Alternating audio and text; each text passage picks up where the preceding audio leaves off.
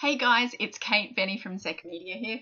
I'm just shooting this quick video to give you a heap of tips for Facebook Live to get you started because I know everybody knows that video is amazing on Facebook. It's getting the best reach and it is the best way to connect with your potential customers as well.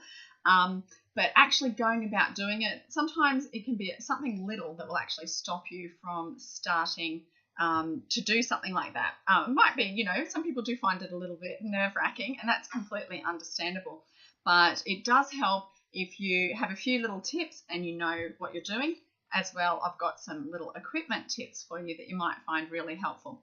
Okay, so first of all, if you want to broadcast to your business page, then you need to have the Facebook app on your phone. So it's the little, I'm not sure if you can see it very well, but it's a little white background with a little orange flag, and that is, the Facebook Business Pages Manager app. So I'll put a link to get that app below, and all you do is just upload that to your phone and then link it to your Facebook page, to Facebook account and to your Facebook page. And so it's really great because I've got all of my Facebook accounts that I'm actually a manager on, which is great. So if I click on Zek Media, okay, then I click on, there's 4 buttons at the top that say Publish, Photos, Live, and Event. And if I click on Live, then it actually comes up with it there. You can put in a quick description of your video, which I always find hard to think of at the time, but you can actually go back and edit that. And you can edit it and add a whole heap of text if you want. And usually you should be able to go to your Facebook page on desktop and edit it and put in a thumbnail as well. So sometimes that hasn't actually worked for me, and other times it has. So it is a good idea to do that if the thumbnail, I've actually had a really terrible, really weird looking thumbnail come up, and then I went to desktop and I couldn't change it. Of course, it always happens when you're not happy with how it looks, hey? Okay, so besides the actual mechanics of how to get onto your page and how to do a Facebook Live, there's some extra little things that you might want to know.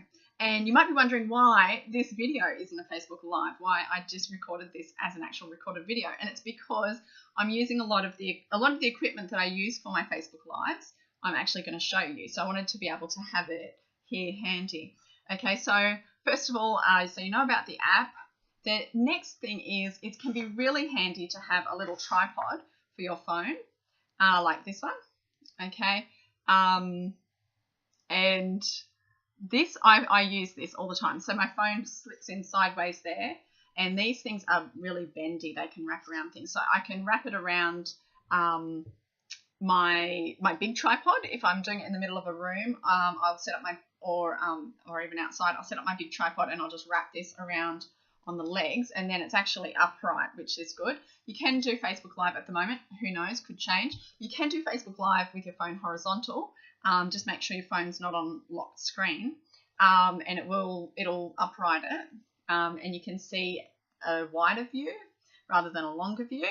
But with this particular tripod, it doesn't really swivel that far, so it's a little bit tricky. But you can position it. You can either do it horizontal or you can position it attached to something so that it is in the right position that you want. So this is really handy. I actually got this on eBay from China, from Hong Kong, and it was like $5 free postage, something like that. Really, really cheap. And I actually did look on Australian sites, and I couldn't find what I wanted with this little mobile attachment and with the bendy legs. So if you go onto eBay, I'm sure you'll find numerous ones that you can get posted for just, get them for a few dollars with free delivery. So that's really handy. This actually comes off as well, because another thing that can be handy is actually one of these things, a selfie stick. Now, this is actually the selfie stick. I'm not vain. These used to kind of be a bit of a joke and a bit of a vanity thing where people who took too many selfies would use the selfie stick so that they could get the phone back far enough. But this is actually the one from my GoPro, so it doesn't have a phone attachment.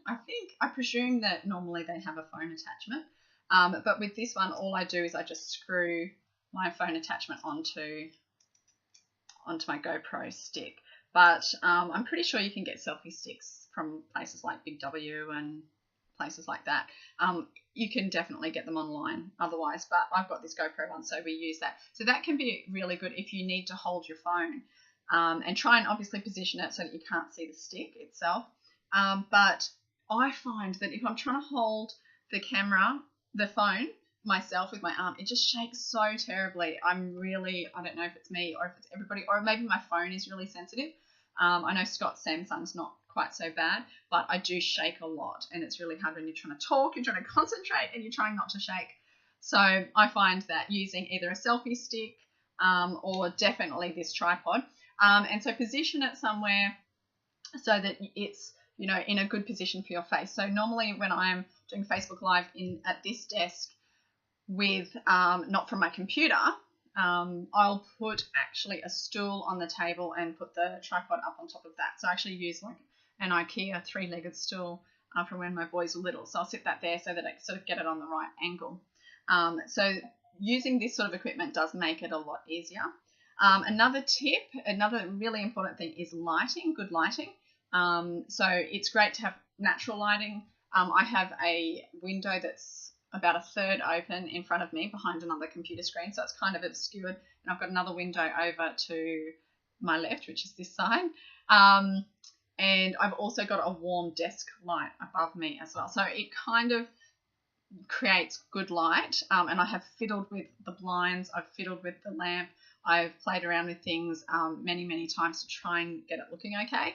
But it is a good idea, you like to have good lighting. It does make you look better, and it's not a distraction, and bad lighting sort of turns people off. They won't watch it for very long at all. Now, the thing that turns people off even more is sound, bad sound.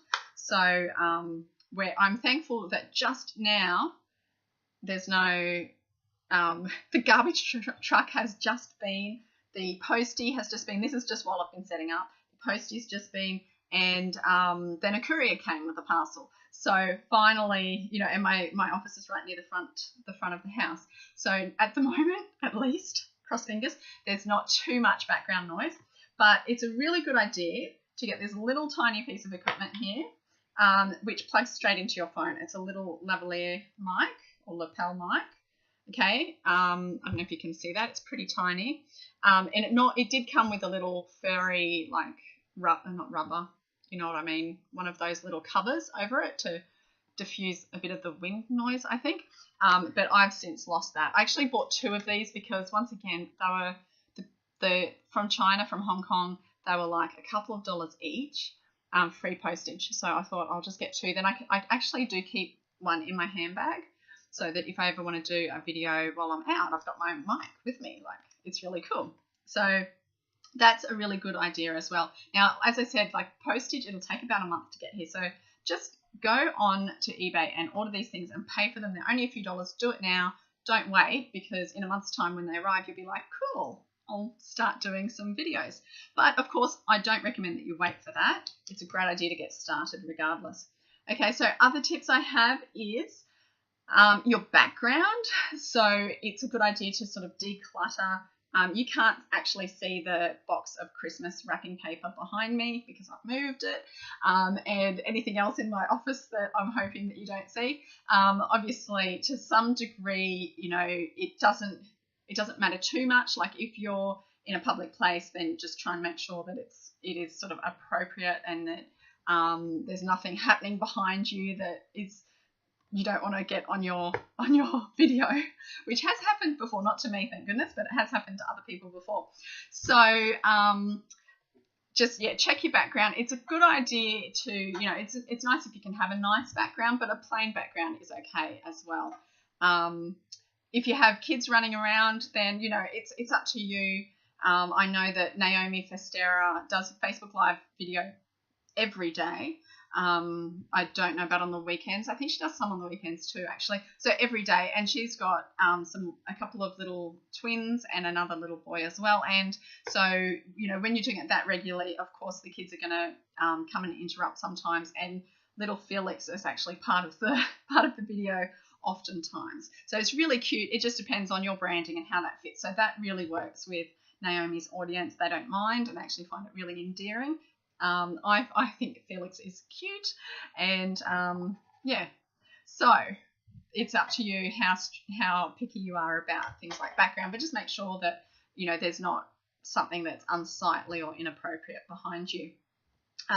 Another thing to think about is being camera ready. So for me, I like to put a little bit of makeup on. I don't wear heavy makeup ever. And so I'll just, you know, sort of make sure that I think that I look okay. I know that Mari Smith, she uses that term camera ready as well, and she wears a lot more makeup. She's a bit older than me, but she wears a lot of, I wouldn't say a lot of makeup, but a lot more makeup, and she looks fantastic, but she won't do a video unless she's all, you know, made up and looking fantastic. So I'm kind of a bit more casual about it, and then, you know, you just have to decide what's appropriate for your audience, what's appropriate for the image for your business, as to what degree you worry about that. Another tip is Wi-Fi versus 4G, and this can be a real issue sometimes, and that is because sometimes your internet will not work very well, unfortunately. I was trying to do the Facebook Live on my desktop earlier today, but because I've done a heap of uploads, I've uploaded a heap of videos to Facebook for a client this morning, my upload, I think, was all clogged up. I'd used up all my upload data for the day, so it's going really, really slowly, and it wouldn't connect properly, so that's why I'm recording this as well, rather than doing a live video on my desktop. So what you can do is you can actually get a speed test app on your phone, and when you're connected to Wi-Fi, do the speed test and see if it's